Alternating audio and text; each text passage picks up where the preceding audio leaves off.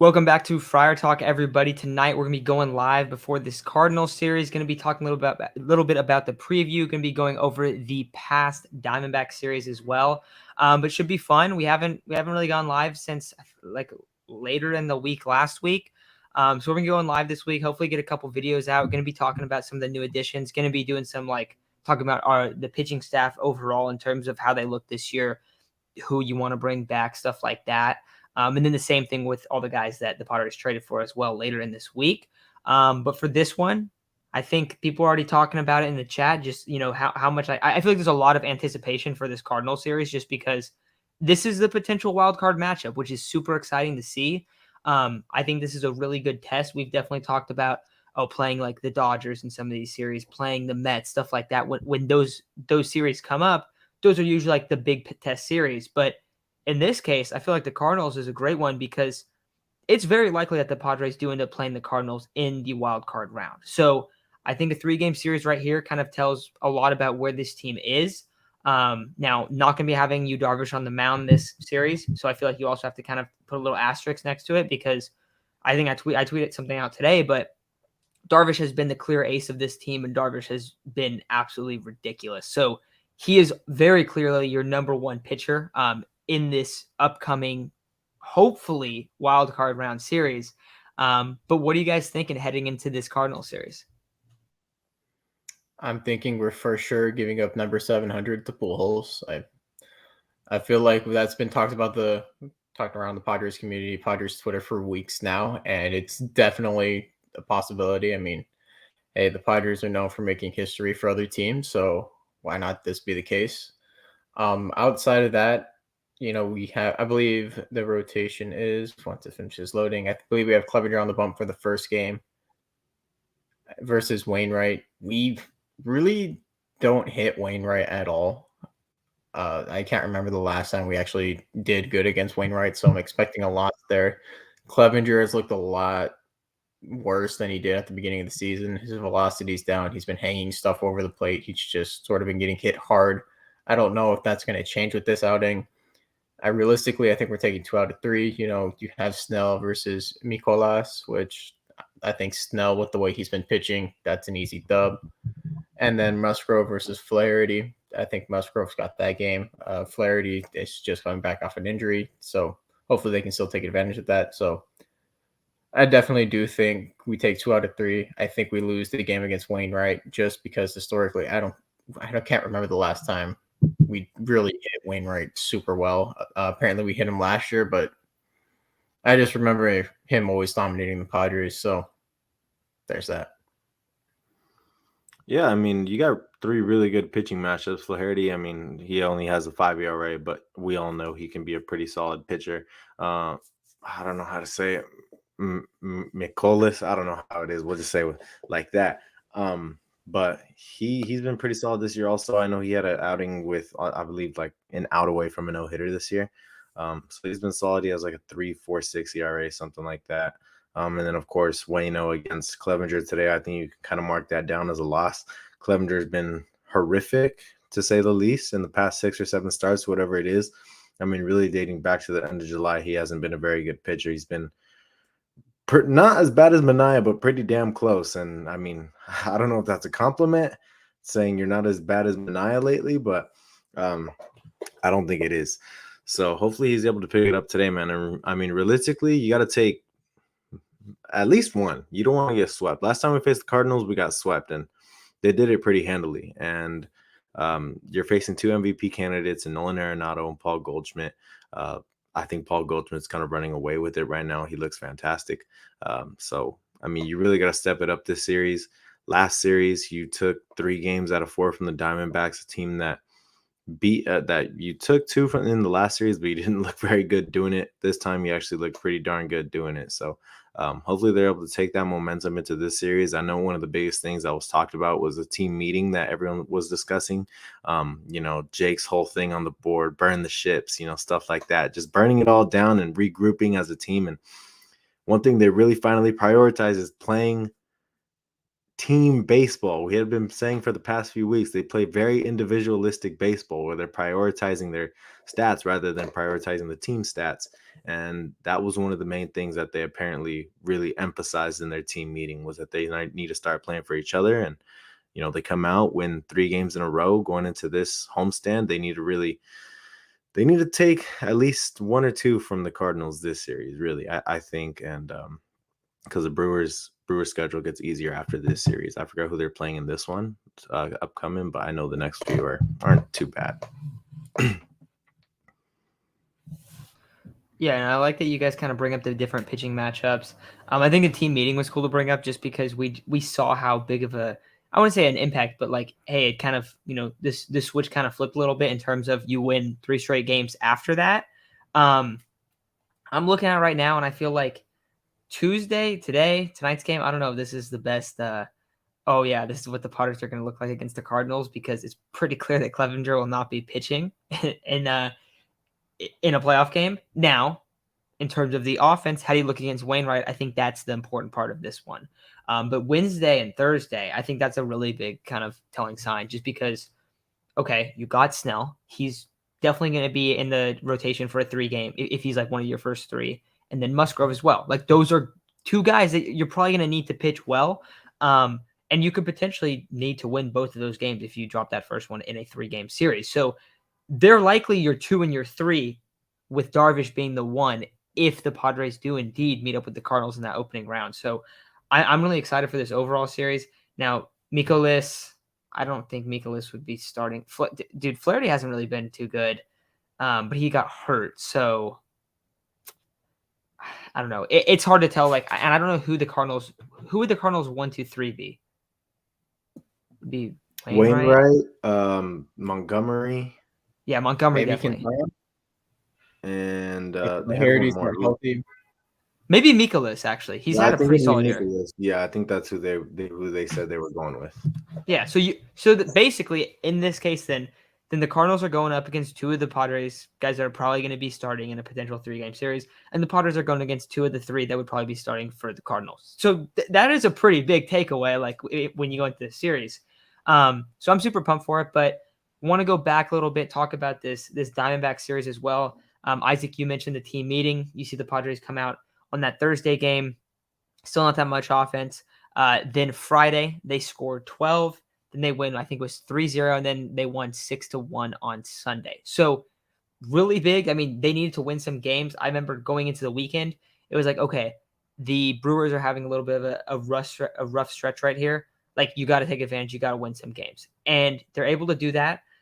Currently, and I know that someone said the Brewers are winning right now. The Brewers are winning and the Phillies are losing. So right now, as it stands, with none of the games completed tonight, the Padres have a half-game lead on the Phillies and a 3-game lead on the Brewers. So they're expanding the lead. It's kind of been at the same spot for like a month now. It hasn't really moved. It's been like, I think if we go back 30 days, it was 2.5 as well then. So the Brewers really aren't making up any ground. The Padres are doing a good job like holding them off. But the Padres are also playing. I mean, they play this series against the Cardinals and they play the Dodgers. And then the other 3 series are Rockies, White Sox, Giants. So not super tough. So, it was big to rip off 3, but I think the biggest thing is more about how the team looks than anything, because we've been talking about it, and people have even said in the chat, like, hey, you guys look like you're kind of like, you're hurting with this team. And it's true, because like sometimes you're watching it and you're going, dude, the offense just doesn't look alive. Like, how much faith do you have them actually winning a playoff series? And that's the big question, I think, that we haven't really talked about a ton. But dude, I think that if this offense does get going, we've talked about the talent on the team. Now, if you can perform with the talent, all of a sudden you could win playoff games. That's what we want to see.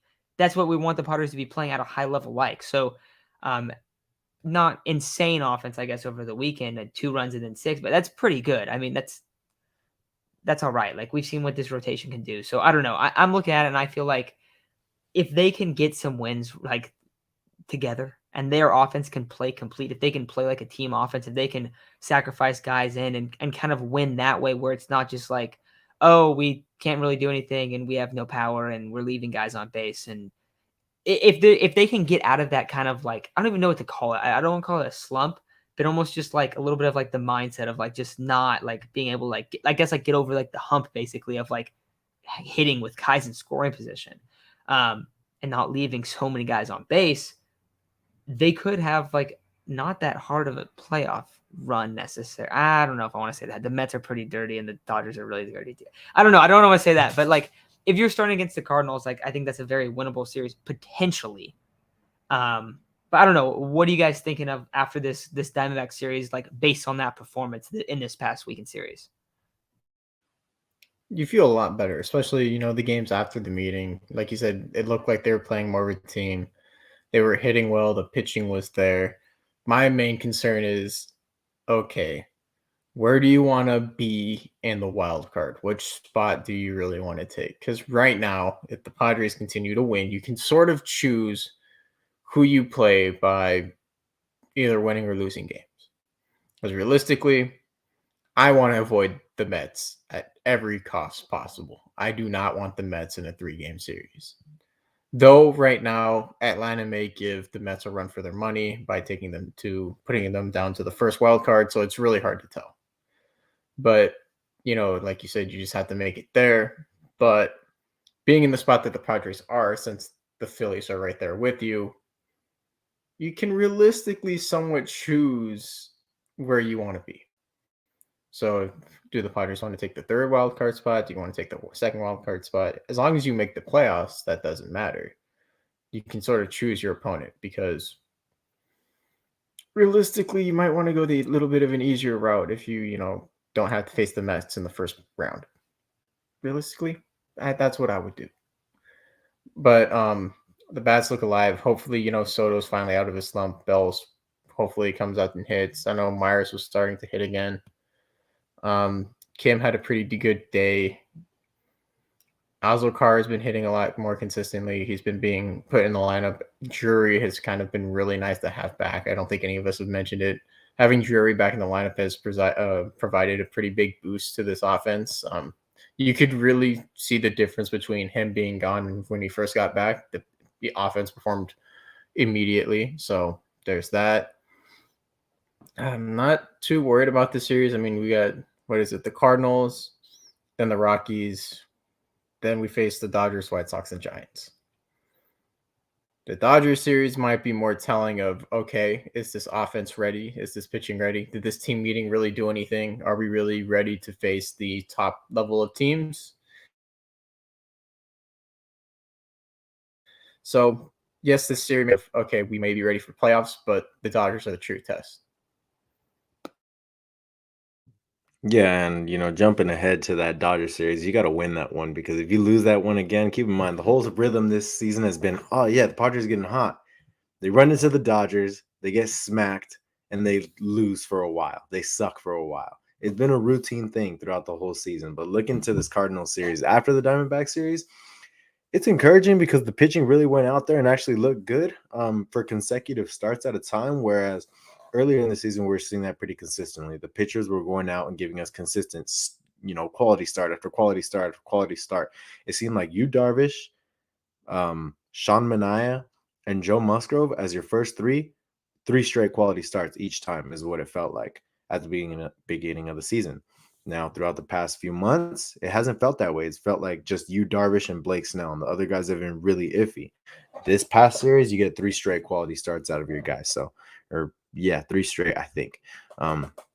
So it looked good in terms of the pitching. Of course, you got guys that are pretty cold at the plate, but the guys that you want to get hot are getting hot. Juan Soto, Manny Machado's been hot throughout the whole season. He should be the MVP. Of course, WAR might not back that up, but Manny Machado's like the only guy competing in the MVP race that doesn't have an extra MVP in his lineup to help him. So, I mean, when you determine value, he's been the most valuable guy to a team. Goldie Arenado, Trey Turner, Mookie Betts, Freddie Freeman. I mean, they're all playing in a lineup together, whereas Manny Machado's just been him. Jurickson Profar has been cold throughout the past 30 games. He's not been very good. I think he has under like a 650 OPS. That's something to be concerned about. Ha-Sung Kim has not been good in the past 20 or more games, I want to say. I don't know what OPS is, but I know the average has continuously been around 180 to 190. I mean, granted, you're still going to start them both. You're going to have no choice, and you have faith that they're going to break out of it eventually. Now's the best time to break out of it. 12 to 15 games of the season, something like that. Now's the best time to break out of it. So hopefully they're able to do so. But those two definitely need to bounce back. I mean, you got Brandon Drury, who maybe doesn't hit all the time, but he's able to do it with guys in scoring position. He's hitting for power when guys are on, and that's what matters most to me. So Luis Camposano also hit a home run. A lot of people don't like. I think he should kind of be getting a few more innings than what he's getting right now. At least maybe with just Joe Musgrove, because each time that he's caught Musgrove, I thought Musgrove looked pretty good, and I thought he looked pretty good at the plate. So yeah, some guys are getting hot. Luckily, it's the guys that you really want to get hot, and the other guys, of course, they're cold right now, but you have enough confidence in them to be able to get out of that rut that they're in. Yeah, so you're kind of bringing up some of the guys that are slumping, some of the guys that are playing well. I did want to say, someone asked earlier, did Juan Soto break out of his slump? Obviously, on Sunday, he had a great game, 3 for 4, had a bomb. I don't know if I think it's a little too early to say he broke out of his slump. Now, what I can say is I hope he broke out of his slump, man, because we need him. You brought up that Profar has been bad. Dude, Profar has been terrible for a while now. And then you brought up that Kim's been the same way. The thing is, I kind of know what to expect from them. They're going to be really hot and cold, like extremely hot and cold. We've seen that from both of those guys. So you just hope that they get hot during the playoffs. That's kind of what it is. I think Kim, we talked about this before. I think that if you have a lefty on the mound, I still think Kim should lead off. His numbers against lefties have been so good. I want to see the split. I'm going to pull up the splits right now just to double check. But it's been so much different throughout his career, even last year as well. Where if you're looking at it, you're like, yeah, you want him hitting higher in the lineup against lefties, where you don't want him high in the lineup against righties. Like, it's almost like what we were kind of talking about with Grisham before, but Grisham is just not hitting in general. So the discussion basically has become like, do you start Grisham most of the time? Where it's like, where should we bat Kim? But okay, so lefties, let's see Kim. So against lefties, Kim has a 769 OPS. He's hitting 270, getting on base 369. So he's getting on base a lot. Against righties, 658 OPS, only hitting 235. I mean, he's getting on base like way less though for that. And like a lot, the power numbers fall off as well. The average falls off. Like everything falls off against righties. So I think you like him at leadoff if you're going against lefties. And another thing that's really, really good for Kim is also playing like, I don't know how to put it, like he also has the speed dynamic at the top of the order, which we were talking about. I remember just like when we were talking about like, oh, what makes the Dodgers lineup so good? And we're like, dude, they have so much speed at the top. We talk about what makes Fernando such a great leadoff hitter. Well, he's fast. He steals bags all the time. If Kim is on first base to start the game in the top of the first, and he has Soto and Manny up next, you are really comfortable banking one of Soto or Manny to hit one in the gap, and you can get it's a run. It's a run every time, just because of how fast Kim is. And you might even get to this point where one of them like this is what we're talking about, like actually sacrificing guys over actually stealing bases, being a little bit more aggressive with guys on. Say Kim steals a base, well then you need one of your 2, 3, or 4 hitters just to get a hit. Like I think that your ability to score early on with a guy that's fast at the top of the lineup goes a long way. So for that, I think that's why you want Kim up there. Profar gets on a lot. He walks a lot, and that's probably a good spot for him. But he's not fast. He's not bringing the speed dynamic. So, like, if you have a much better numbers in that spot, then I think it's pretty good. Cobra also mentioned Myers is pretty fast. We've actually seen him lead off a couple times, and he's actually done pretty well when he's let off. But yeah, I don't know. Gil also says Campusano since day one. I know Gil likes Campusano a lot. I also am with you, Isaac. I think we should see Campusano behind the plate a little bit more. I guess Noel's been better though, but I would like to see him there. And then this is a good one to kind of get into. But will the Padres get 90 wins? What do you guys think? I don't think so. I think we get really close. I think, like Isaac said, 87, 88 is probably perfect. I think it's a stretch to get 90 wins right now, just because, the offense is still figuring itself out. We have guys in severe slumps. I was looking at Profar's last 15 to 30 games, and it's not pretty. His last 15, he's batting 196. He's got a 233 on base and a 357 slugging. His last 30, it's a 180 average, 270 on base, and 288 slugging. He had 0 walks in his past 7 games to 4 strikeouts and a 143 slugging. So he is slumping as hard as anyone can slump. I know Kim is up there, but Kim went 3 for 5 earlier in this series, so he's starting to see the ball. He walked and struck out in his last game. Myers is starting to, hit for more power. His OPS is starting to come back up. We're starting to see that he's more healthy. Azokar's been getting on base. Machado's starting to hit. Drury's back. I guess we may be able to crack 90 wins if Bell and Profar start to hit again, because they will be very important when it comes to this Dodgers series, and that's kind of the make or break point. If we win the series against the Dodgers, yeah, we get 90 wins easily. We probably don't crack 90 wins. We probably get 85, 86. Yeah, and all we got to do to get to 88 is go 7-8 the rest of the way. And I think that is very realistic to be able to do. I mean, I think that White Sox and the Giants series, you should be able to take 4, which means the rest of them, you only got to win 3. Maybe 4 is a little optimistic, but 6 games against the White Sox and the Giants, 2 teams. I don't know if the White Sox are really in it, but obviously the Giants are out of the playoff race. They're not going to be a very motivated team at the end of the season, whereas the Padres are going to be playing some of their most motivated baseball. So I'm hoping that they'll be able to take 4 towards the end of the year. The last 6 games go 4-2 heading into the playoffs, and that just means you got to go 3-5 in the other few games, which I think is very doable. So I mean, this is a good start against the Cardinals. We'll see if you're actually a playoff team, because when it comes to the playoffs, let's say we do make it, if you're the 6th seed, you're playing the Cardinals first.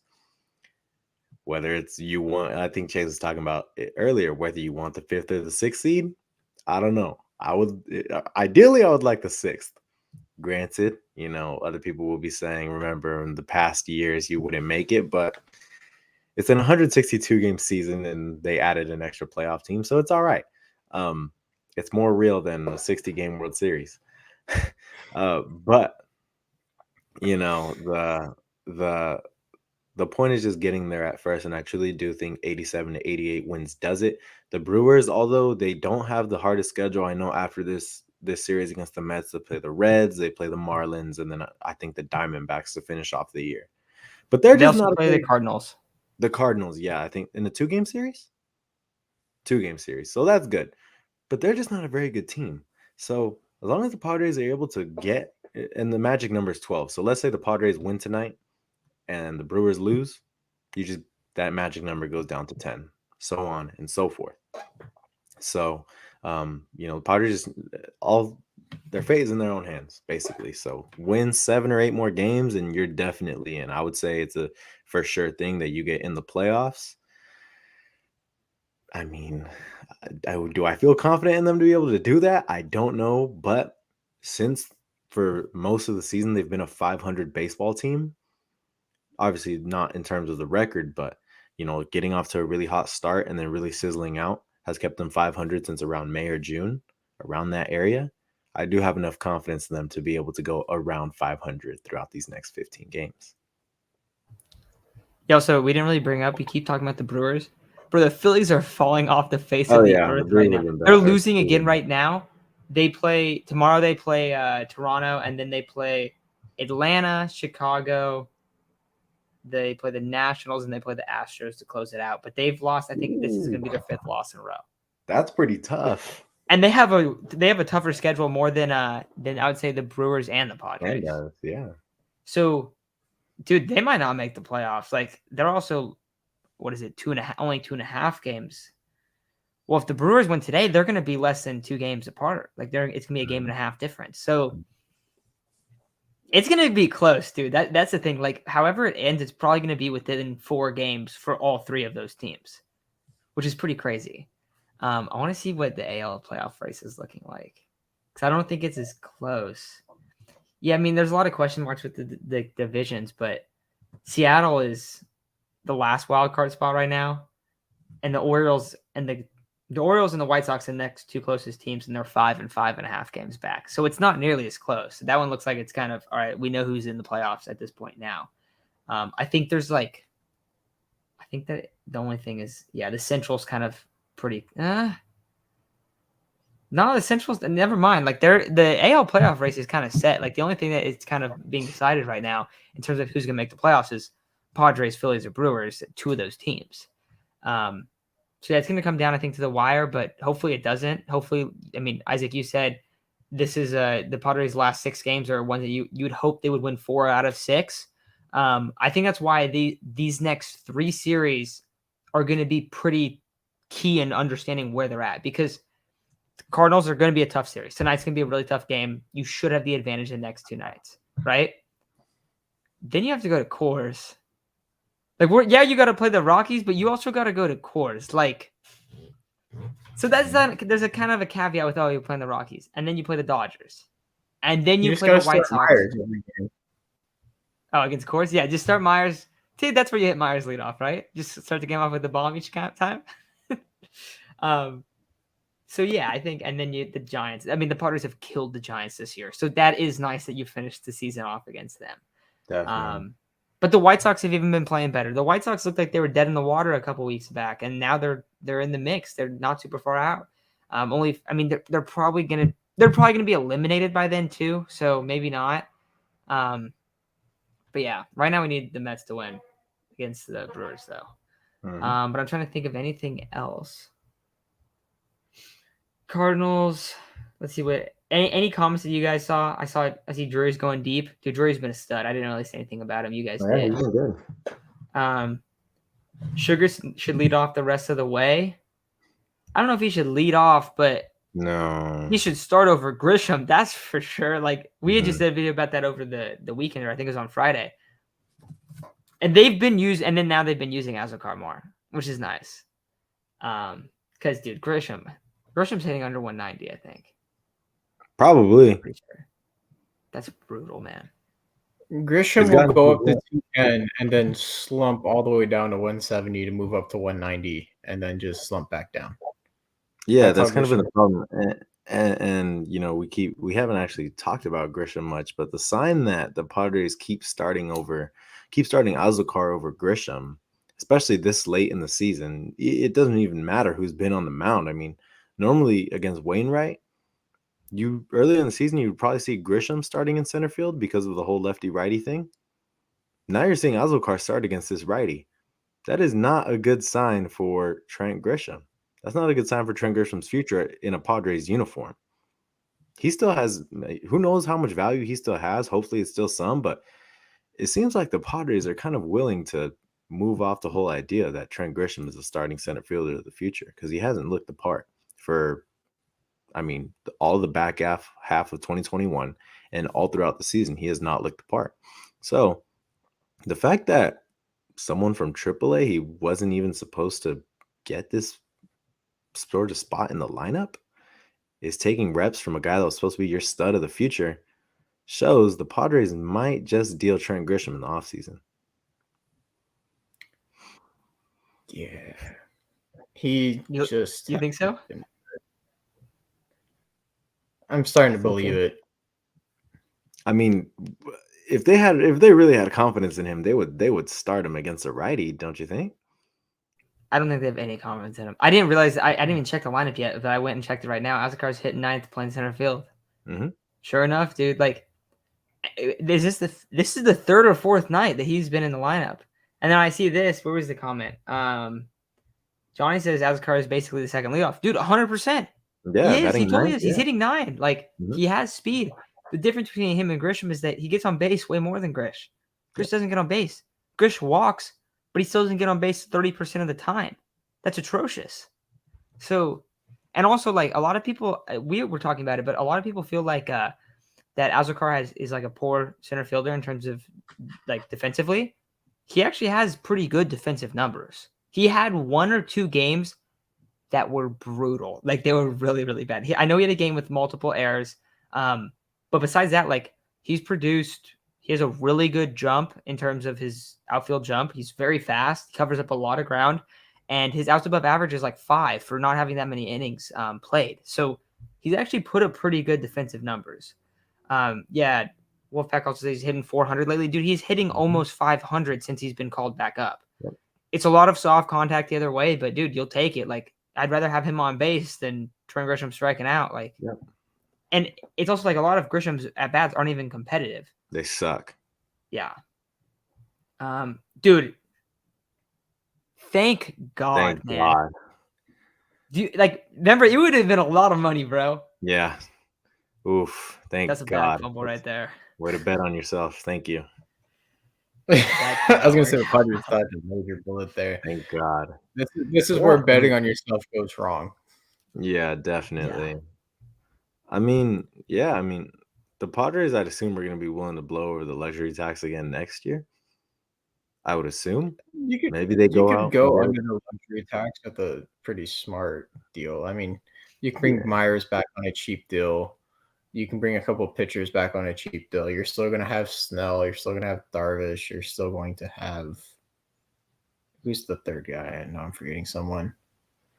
You'll have Martinez. You'll have – there's Bell. There's Drury. There's probably get Drury on a – I don't know. Maybe get Drury on a cheap deal. And then – for cheap. I don't know if you resign. You had an off year. Show me that you can be an ace and then go get a bigger contract for another team on a show me deal. I don't think you bring back Manaea. Think you go after a different lefty in the offseason. Yeah. I like it. Dude, yeah, I really wonder how it's going to play out. I think they'll go get another outfielder too. You know what I think? I know we haven't really talked about it. Probably be kind of surprised if they don't try Tatis in center field. No, oh yeah, no, I wouldn't be surprised. I think he's most likely to be your They're center gonna try, fielder next year. They're gonna try. Does Profar have a player option or is it a club option for next year? It's his option. His option, yeah. I think it's. But he could. See, and dude, it looked like he was definitely not gonna take it too. And now, dude, okay. So you guys were talking about his slump earlier. I was looking at his numbers. Bro, he might hit under 230 with under a 700 OPS at the end of it. Oh, yeah. Do you remember when he had like a 780 OPS, like not that long ago, and was hitting like 240? Mm-hmm. And it was like, oh, he's getting on base so much. Get on base. Dude, literally fall. Oh, my God. He's falling apart lately. Yeah, not ideal. Get judged somehow. That'd be something. Yeah, that's not happening. You guys were talking about the luxury tax. The Padres actually didn't end up paying that much in luxury tax this year. Do you guys see that? It was like not a lot. It was like what, 800K, something like that. Dude, they're gonna be willing to go over it again next year. I firmly believe that. So that's what I'm saying. They'll probably go get another outfielder, or, whatever they got to do to feel like they can slot in for somebody like Trent Grisham. Or the first base is obviously going to be open, whether that be Will Myers, Josh Bell, whatever it is. They have some holes to fill, and I think they'll be willing to blow over the luxury tax to fill those. Would you like to hear the free agents outfielders for next year? They're probably pretty bad, right? So we got Gallo, Preller's boy, Benintendi, Adam Duvall, Pollock, Peralta, Grossman, Aldamus Diaz, the boy Tommy Pham, Pham's arch nemesis Peterson, Corey Anderson, Jorge Soler because he can opt out, Ben Gamel, Chad Pender, obviously Aaron Judge, Brandon Nimmo might not be a bad option if he doesn't get extended. Brandon Nimmo's really nice. I like him. And he's center. He's gonna get extended. He's gonna get extended for a lot of money. Kevin Kiermaier has a club option. Adubel Herrera, Lorenzo Cain. I'm pretty sure he's retiring though. Kevin Pillar, our favorite boy Jake Marisnick, Lino D. Shields, Travis Jankowski, Billy Hamilton, Shogo Akiyama, JBJ. Even though he's worth -2 WAR right now. Mitch Haniger, Will, Tyler Naquin, Dexter Fowler, Cole Calhoun apparently is still in the league, and I was going to say, dude, I've heard the name Dexter Vellon a little bit. For real. Yeah, so basically what you're telling me is it's a lock that Tatis is playing center. It sure That's looks what I like heard it. right there. Mancini could be our next DH. He will be a That'd free be pretty agent sick. if there is, unless it's a mutual option. So they both have to agree, which he Yeah. might take because it's the Astros. Yeah. So I think we're probably gonna take off in a couple minutes, but I'm trying to think of anything else that you guys are kind of looking forward to in this upcoming series, or anything. And we could do some predictions actually. How do you think this one's gonna turn out? Yeah. I think tonight's a rough one. Yeah, I do too. I'll say the Padres take just the Snell game. I say 2 or 3. I said that earlier. I don't think we win tonight. I think Clevenger has been pretty bad. Too bad to I didn't want to say it, but you said it for me, so thank you. He's been absolute shit. It's been rough to watch him. His velo's not there, his location's not there. He's been getting hit hard. And I think Goldie and Arenado are gonna have a field day with him. Yeah. I'm a little worried about that tonight. Not a little. I'm very worried about that tonight. I want to see. So Clev. Oh man, that's rough. So far in September, Clev has a 10 ERA, Oh, what a stud. Let's go. and he had under a 4 in August. He actually wasn't that bad in August. It's just September. 3 1/3, 5 runs, 5 innings, 4 runs, 5 innings, 6 runs. Dude, that's the thing.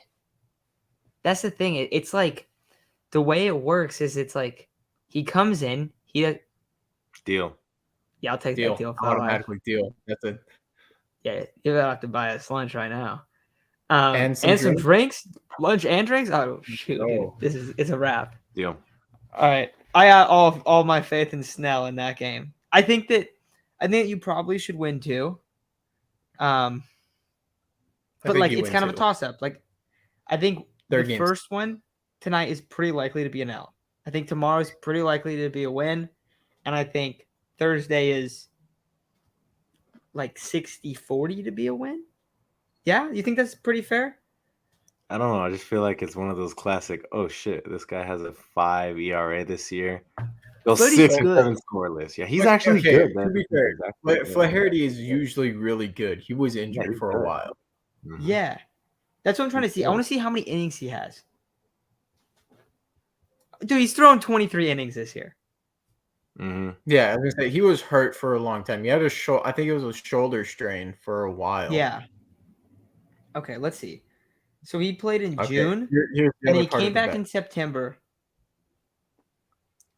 Bro, you just threw that in. Whoa. No, Wolfpack says we'll give him Del Taco.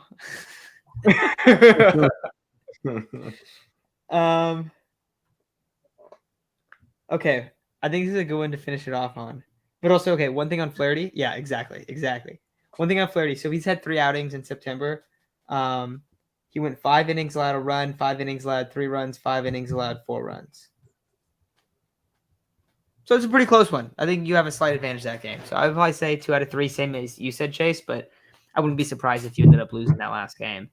Yeah, he's not going to get stretched out too much. I mean, he's only pitched 5 innings up to this point. What do you guys think? If you're going based off what's kind of been how MVP's kind of been determined the past, maybe not last year, but the past few years, Judge will win just because F4 is kind of one of the biggest things in terms of the MVP thing. But personally, I got to go with Shohei Ohtani. I mean, a lot of people were saying, what are we going to do? Give him the MVP every year that he does this? Yeah. Why wouldn't we? That's a dumb question. Don't ask that. Don't ask that again. Well, that's a dumb question. Yeah, we're going to give it to him every time he does this. Just because we've seen it once, just because we saw it very recently, doesn't mean that it's any less special than it is. It's like Russell Westbrook averaging a triple-double and winning the MVP and then doing it again and not even being in the top 10 in consideration. Just because it happened once doesn't mean that it's any less special.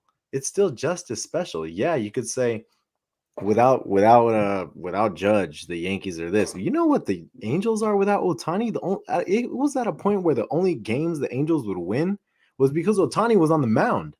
So it's like, or even come close to winning. During that During- 14-game stretch, the only time they came close to winning when they lost, what was it, 14, 15 games in a row, yeah, was because Ohtani would pitch 7 shutout innings. Yeah, and I was looking at something earlier, and it was Otani's year at the plate compared to a former MVPs, and they're very similar. And then they compared his numbers on the mound to a former Cy Young, very similar. Why shouldn't he win MVP? Just because he's not on a team that's the Yankees, that's has the record the Yankees does? I mean, it's kind of a ridiculous comparison. I understand Homer's, he almost has 60, but Ohtani pitches, and he does it really good. He's almost at 200 strikeouts. He'll reach 200 strikeouts. Yeah, he's gonna throw for 200 strikeouts with a sub 2.5 ERA. That's insane, and he almost has a 900 OPS. Yeah, Like, I think you guys are right. I think that I'm also expecting Judge to win it me too. because it's hard. It's like, okay, honestly, ideally that they'd be in opposite leagues and they would both win MVP because they're the two best players this year. What are you gonna say? Well, Chase, you're looking excited. The only way I think Judge wins MVP over Ohtani is if Judge wins the Triple Crown. Triple Crown, yeah. If he obtains the Triple Crown, I think Judge wins it. If he doesn't, you have to give it up to Ohtani. Ohtani is like the only player to do this in history. He's like top 3 in 3 major offensive stats and top 3 in 3 major pitching stats in the AL. Even when Babe Ruth did this, he stopped pitching eventually just the hitting because it grew too tiresome for him. Ohtani literally lives and breathes baseball. This man is obsessed with becoming the best baseball player in the world. And he practically, at this point, is the best baseball player in the world. And he's playing next to the most generational talent there is on the same team as him. Yeah. People, yeah, they are looking for reasons not to vote for Ohtani.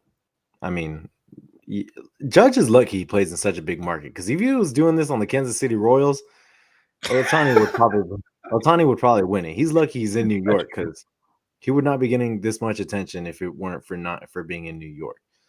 I mean, I see people arguing Judge helps the Yankees much more than Ohtani helps the Angels, blah, blah, blah. I mean, we already talked about it.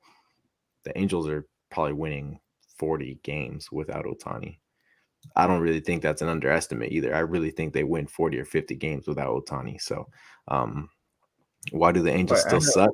Because he's the only good player, him and Mike Trout.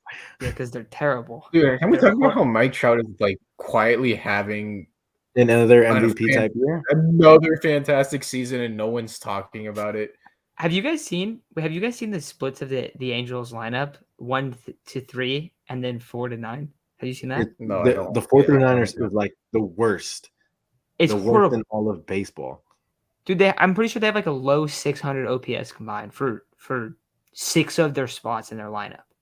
And then you look at the top 3, because I forget, is it Ward that's leading off for them? It's Ward, right? I don't know about anymore, but yeah, I don't know. He was having a really good season. Yeah, 40. Yeah, Trout always gets hurt. Yeah, I don't know. Yeah, I'm with Ohtani. Trout has had some injuries. I wouldn't say he's always hurt. He's played a majority of this year. He almost has 400 plate appearances. He has almost 40 home runs, and he has almost 1,000 OPS. Yeah, absolute stud. Ohtani for MVP. I like it, guys. All right, I think it's probably gonna do it. The game starts in like 2 minutes. We will have a video out tomorrow. I think. I don't know if we're gonna go live. I don't know what our schedule is gonna be for the rest of the week, but we're gonna have a bunch of videos out and stuff. So we will be posting for the rest of the week. But with that said, huge series this week. This week against the Cardinals. Gotta take 2 out. Don't have to take 2 out of 3, but I think taking 2 out of 3 will make you feel a lot better about this team moving forward. So I definitely hope so. Spotlight says 8-1 Cardinals. Tonight, I don't know. Honestly, might be tonight. Yeah. I wouldn't be so surprised, but yeah, I don't know. I think the next 2 games, and I'm also pumped to see Snell in this one, just because we've seen how great Snell's been. But yeah, I think it's gonna do it. So thank you guys for hopping on, and we'll talk to you guys later this week.